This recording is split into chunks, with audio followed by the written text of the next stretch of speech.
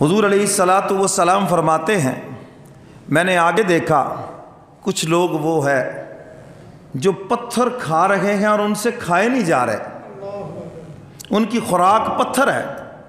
میں نے کہا جبریل یہ کون لوگ ہیں بھائی، پتھر ان سے کھائے نہیں جا رہے اور بھوک شدت اتنی ہے کہ یہ مر رہے ہیں اور کھانے کے لیے ان کو پتھر دیے جا رہے ہیں، کون لوگ ہیں یہ؟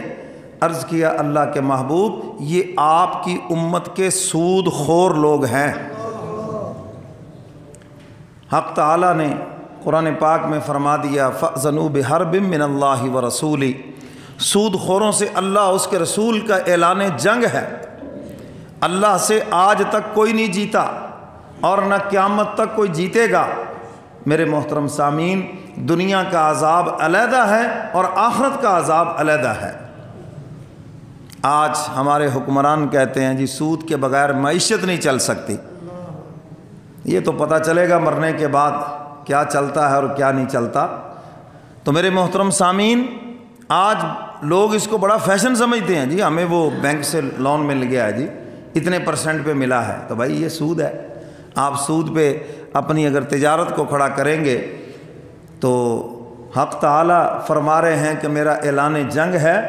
فرمایا کہ جس کو میں نے جنت دینی ہے اس کا کاروبار تو چلنا ہی نہیں ہے، جو مرضی کر لے، اور جس نے جانا ہے پکا پکا جہنم میں، ہو سکتا ہے کہ اس کا چل جائے، ہو سکتا کیونکہ اس کا آخرت میں ہے جو کچھ نہیں۔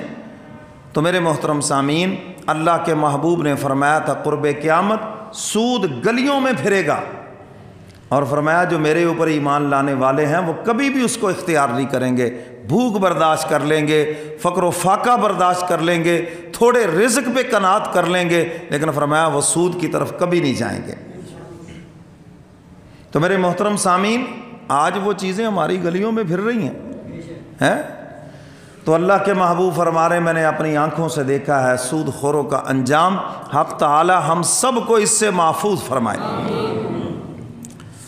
حضور علیہ الصلاۃ والسلام فرماتے ہیں میں نے آگے دیکھا ایک قوم وہ ہے جن کے سر پتھروں سے کچلے جا رہے ہیں، پھر ٹھیک ہوتے ہیں، پھر کچلے جا رہے ہیں۔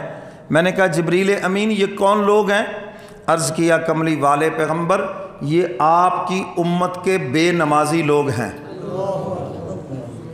جو نمازوں کو بھلا بیٹھے، جنہوں نے چھوڑ دیا نماز، پتہ ہی نہیں ان کو۔ اور میرے محترم سامعین، ہمارے ہاں جب کوئی بندہ فوت ہوتا ہے اس کا ترکہ تقسیم ہوتا ہے، کوئی نہیں دیکھتا کہ اس کے ذمے تو اتنی نمازیں تھیں، ان کا فدیہ بھی ہے، کسی کو کیا ضرورت ہے کو دیکھے؟ اس نے کسی کی غیبت کی ہے، یہ حقوق العباد میں داخل ہے، اس کو جب اس کی بات پہنچ گئی، اس کو تکلیف پہنچی ہے، فلاں بندے نے چغلی کر کے میری وہ دوستی توڑوا دی، چغلی کر کے میرا رشتہ توڑوا دیا، چغلی غیبت کر کے میرے رشتہ دار سے میری دوری کرا دی ہے، تو یہ حقوق العباد میں ہے، یہ آپ نے ظلم کیا ہے، اب اس سے کوئی معافی بھی نہیں مانگتا، پتہ ہی نہیں ہے کسی کو۔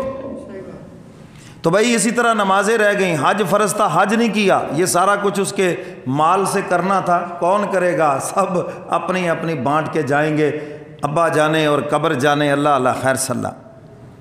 تو فرمایا کہ جو فرض نمازوں میں کوتاہی کرتے ہیں ان کے سر پتھروں سے کچلے جا رہے ہیں، پھر ٹھیک ہوتے ہیں، پھر کچلے جا رہے ہیں۔ فرمایا کہ یہ وہ لوگ ہیں جنہوں نے فرض نمازوں کو چھوڑ دیا۔ آج میرے محترم سامعین، ہم یہ ڈنڈورا تو پیٹتے ہیں، گھر میں نحوست بڑی ہے، بے برکتی بڑی ہے، بچوں کی آپس میں نہیں بنتی، بیماری جان نہیں چھوڑتی، کیا بتائیں جی مولوی صاحب پوری نہیں پڑتی۔ تو بھائی جہاں اور اسباب پہ غور کرتے ہو اس طرف بھی دیکھو کہ گھر میں کوئی نماز بھی پڑھتا ہے۔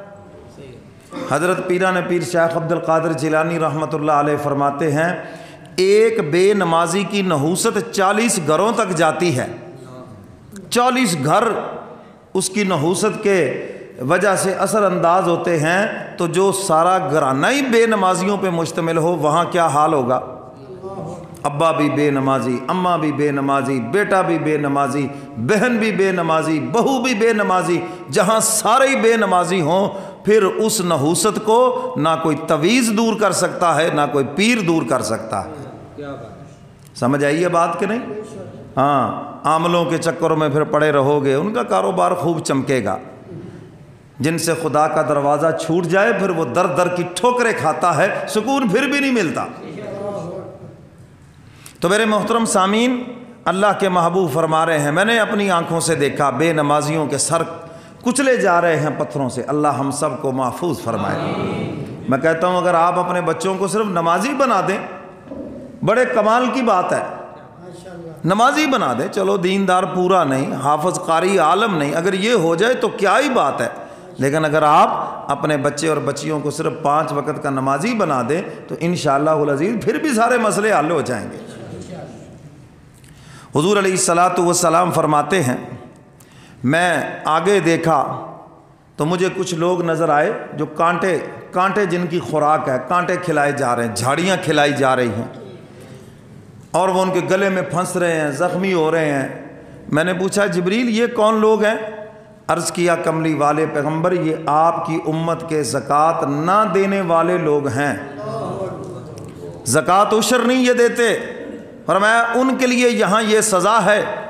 دنیا کچھ اعمال وہ ہیں جن کی سزا صرف دنیا میں ہے، کچھ وہ ہیں جن کی صرف آخرت میں ہے، اور کچھ وہ ہیں جن کی سزا دنیا میں بھی ہے اور آخرت کے اندر بھی ہے، اور ان کے اندر یہ زکوٰۃ ہے۔